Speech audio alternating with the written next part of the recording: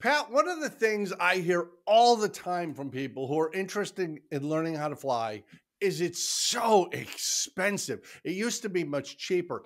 The truth is, no, it wasn't. It was, but it wasn't because, in 1990, when I went to flight school, when I got serious and stopped screwing around, minimum wage was $3.35 an hour. Yeah. Now, in some states, it's 5 times that.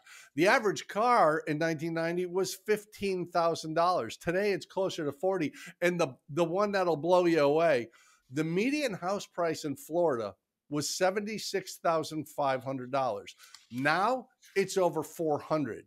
So it's not that flying is more expensive. Everything is more expensive, but on a sliding scale, it's relatively the same as it ever was. So the hurdle's not that much bigger, but because we're MadPropsAero and we care about our viewers, we have 5 tips for how to really save money in flight training and make it work out. Does that seem fair to you? Should we cover those 5 or do you want to go out to lunch? I think we should cover those 5, Jamie, because I'm not hungry yet. I had a big breakfast. But something to mirror your point, some time ago, I looked at what I recall it costing me to learn how to fly way back, when Wilbur and Orville were still alive. And then factoring in the current dollars, trying to, for inflation and whatnot, it was actually about the same in 1969 dollars versus 2023 dollars when I did the comparison. It's almost the same as what you can expect kind of on average around the country to get your private pilot certificate. So yes, but remember, golf is expensive. Tennis is expensive. If you own horses, it's expensive. If you own a boat, it's expensive. We talked about this at a previous session. A boat is being an acronym to bring on another 1,000. So no matter what you do, if it's a hobby and it's worth doing and you want to do it well, or a skill that you want to learn, it's going to cost you some money. So yeah, let's talk about those 5 tips. It is. And the one price I wish I could go back to is my federal income tax burden. Because if I could pay the taxes I was paying in 1990 and get away with it today, I'd be so happy. Well, you can do it. It's just whether you can get away with it. Yeah, I don't want to go to the Graybar Hotel. I'm just going to pay my bill. Hey, yeah. Tip number 1. Right. And I want to get your comment on this. Save money before you start flight training. Don't start and be running it on a credit card. Save the money before. What's your stance on that, Pat? Absolutely. It really almost segues into number 2, which I'm gonna we'll talk about in a couple of minutes here. But well, in fact, we might as well segue into number 2 anyway, because the reason for saving money beforehand, if you can, is to be able to schedule as many lessons as you can in a row. So number 2, kind of jumping there, because number 1 leads into number 2, is if you can schedule 3 or 4 lessons a week, boy, that's going to do you so much better. You're going to retain things longer. There's not a 2 steps forward, 1 step back kind of a scenario happening, because if you schedule, let's just say you schedule 3 lessons in a week because you save the money to be able to do that, then what happens if you've got bad weather one of those 3 days? Well, you've still got 2 lessons. What if you've got bad weather for 2 of those 3 days? You've still got 1 lesson. Whereas if you only schedule 1 lesson per week because either you don't have the time or the money to do so, what happens if it rains or the weather's bad that day? You've just missed out. And then oops, next week, same thing. It's the wintertime. Now you're going 2 weeks, maybe 3 or 4 weeks without flying. And that's a huge issue with just retaining the information that you learned or the skill that you were introduced to the time before. So saving money in advance allows you to take advantage of tip number 2, which is flying as often as you possibly can over the course of a week. I wish I knew you in 1987 when I started doing all this, because I made both those mistakes. I didn't save up, so I would fly for a bit and then I'd have to stop so I could get some more money, and then I'd fly for a bit. That's so counterproductive. Yeah. And you're absolutely right. If you're scheduling 1 or 2 lessons a week because you think that's going to work, there's either going to be a weather out, or there's going to be a maintenance issue with the airplane that you can't Exactly. fly, or your CFI is going to be sick or got double booked, or there's an emergency with the family. And like you say, you end up going 2, 3, 4 weeks without flying, and now you're starting over. Yeah. So those two things, save money up before you start, and then schedule 3 to 4 lessons a week. That's fantastic. Now here's tip number 3, and I never thought of this when I was a student, but when I was an instructor, it made all kinds of sense to me. Schedule 3-hour blocks, not 2-hour blocks. Why, Right. Pat? Well, if you figure that most lessons should include some ground school before you actually go to the airplane, to review perhaps what you did last week, and to talk a little bit about what you're about to do, because you shouldn't get into the airplane without knowing what you're about to do. That's going to take some period of time. It might be 10 minutes. It might be 30 minutes. Now you've got to pre-flight the airplane, and if that's properly done, that's going to be, I don't know, 10 to 20 minutes, kind of depending on things. Um, Now, if you're at a towered field, you've got to taxi out. You may have a wait to take off. Some busy towered fields, it could be 10, 20, 30 minutes maybe before you take off. There's a couple of schools in Dallas that are at a busy airport, and it could be a long time. Anyway, you get the idea. In a 2-hour lesson, and by the way, you need to allow some time for a debrief when you're on the ground, when you land, because every good lesson should include a good thorough debrief with your instructor. So that 2-hour block of time, you might only get 30 or 45 minutes in the air. That's not good. One of the things I remember happening when I was coming through, both as a student and as an instructor, there's only so many airplanes on the ramp, and the one you're scheduled to fly was being flown by somebody else before. So I show up for my lesson on time, maybe early because I'm serious, Right. but the airplane is just coming back. So the time I thought I'd be out doing a pre-flight, we're waiting for the fuel truck. So there's all kinds of reasons why that 2-hour block can get shrunk to an hour and a half or an hour and 20 minutes. And you're right, you just don't have enough time now to put in the full lesson. Schedule a 3-hour block, explain to your CFI why you want to do that. And all of a sudden you get to use your time a whole lot more effectively, because you're not feeling rushed, or, hey, we got to be back on the ground by 2:00. It works out. Exactly. Yeah. Now, number 4, and I like this a lot because this is not something people think about. And we've talked about, you're going to have maintenance issues. You're going to have weather outs. You're going to basically have days where you show up for a scheduled lesson and it's not going to happen for whatever reason. That's not a wasted day. You can use that time to work with your instructor on the ground. You could say, hey, could we start doing something in the simulator that would be beneficial? There's a way to use that time productively rather than just go home in defeat. Yeah. One of the things that takes a little bit of time on the ground is, when you're getting closer to the cross country phase of your flight training. And let's say that you have a weather delay, and maybe you're just about ready to solo, or you're just barely post solo or something like that. And maybe the next logical step in your flight training happens to be cross country. Well, you're going to have some ground in preparation for that, learning how to use the good old E6B or the electronic version of that or whatever, and how to draw that line on the map, or how to use ForeFlight if your instructor prefers to use ForeFlight, and learning all of the intricacies of that app. Or again, just drawing a true course on the map and then figuring out all the things that you have to take into account to figure out what the compass heading is going to be for that trip, how to pick a good checkpoint, how to pick your cruising altitudes, how to look at the weather and look at the winds aloft, and all of those things, that skills that we have to learn when it comes to cross-country planning. That's just one example of the way that you could use a bad weather day in a way that isn't wasting your money at all. Boy, that's great advice. It really is, because it's unavoidable. The weather day, the maintenance day, that's going to happen. Yeah. And to be able to schedule those 3 or 4 lessons a week, and when there's an issue, I still get to use that time productively.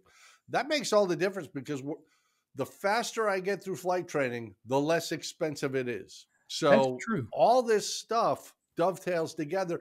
And even tip number five, classic tip number five, it actually pertains to tip number one, where we were saving money before we start. Right. Pat, there's scholarships out there. There's scholarships all over the landscape, and there's probably one right up your alley. So taking the time before you start, or maybe as you start, to look for scholarships and apply for them can make a huge difference in your out-of-pocket cost. Yeah, that's exactly right. AOPA offers flight training scholarships. EAA offers them. Women in Aviation International offers them. There are a number of organizations that offer flight training scholarships out there. You know something? A good friend of mine used to say, "No shots, no ducks." So if you don't go after one, you won't get it, you know. And if we could go back to the previous one just a minute, I was kind of talking about using your flight instructor for ground school and so on and so forth, which is certainly a good use of your time and resources. But remember, if you don't want to make a trip to the airport, maybe it's a long drive to the airport and you know the weather's bad and you're not going to be able to fly.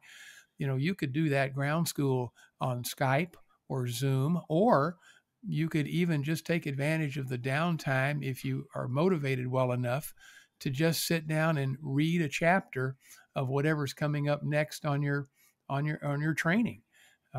So you don't necessarily need to spend that study time sitting face to face with an instructor. You can certainly do it yourself if you're motivated enough to do it alone. Darn right. Darn right. That's 5 tips, Pat, that are going to 5. cut costs and help people get more effective flight training and really get through this in a way that they're satisfied with. But regular viewers of Mad Props know that Pat Brown and Jamie Beckett don't leave you with just 5 tips. We've got bonuses. There's more to this. So one of the things, and I did this when I was a flight student, when I was shopping around for a flight school, go interview people. Go talk to the prospective flight school and find out, is this the place I want to go, or is this just the place nearest to my house? Yeah. AOPA has a really good guide, field guide to flight training, or I think it's called a field guide to student pilots. And maybe it's what it's called. I can't remember. But we'll find it and put it in the comments section, so that our viewers can link to it.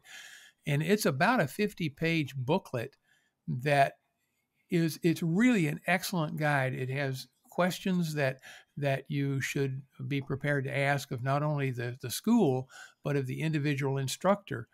Things like do you help me set up my check ride? Do you have testing facilities that I can take my knowledge test? What's your first time pass rate? Things like that. I like those questions too. Is there a DPE on staff? Is there in-house maintenance? How many CFIs are there? And can I pick my own?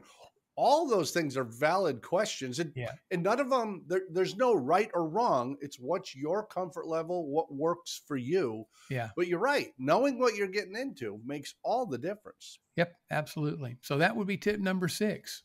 And the last one, I think every time you go on a flight lesson, make sure before you leave the building, you've scheduled the next lesson, at least one more lesson, and you ask your CFI, what's next, boss? What are we going to do the next time I come in? Because if I'm a really smart flight student and I want to cut my costs and get the most out of my lessons, Pat, I want you to tell me what's next, and I want to study up on it. So when I show up for that lesson, you're all kinds of impressed that I already knew what the basics were. Yeah, there's all kinds of YouTube videos out there during various phases of flight training. Your flight instructor will know the good ones, and should know the ones to stay away from, because there's some of those too. But if you stay with the major players in the game, the M0As, the Kings, the Sporties, the Gold Seals. Out there, again, the major players in the game.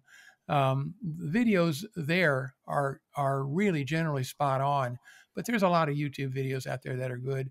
And of course, Gleim has lots of books, as does Jeppesen and other sources that are all good textbook resources as well. So between the written word and video, there's a lot of information out there that can help you prepare for the next lesson. And as you said, Jamie, and I really want to emphasize this. The student or the learner, I think we're supposed to call them now. I can't do that. They're still students. I'm with you. I still stay student. Yeah, yeah, I know. But the student should never walk out the door without knowing what's coming up next. Really, even if for some reason the instructor doesn't have time to sit down for a thorough debrief, and by the way, occasionally that may be okay, but it should not be a regular thing. You should expect a good thorough debrief when you're done, but you should never let the instructor get away without finding out what's coming up next so that you can begin to prepare for it. Those tips really will save a lot of money in flight training, but it is expensive, Jamie. Oh, yeah, but it doesn't have to be prohibitively expensive. That's exactly right. You're investing in yourself, in your skill set, in your potential, and what you can do professionally or recreationally, and that has real value. Like you say, golf and boating, they all have a cost. But man, learning to fly, it just changes your entire life. The way you think, the way you plan, it's got so many benefits.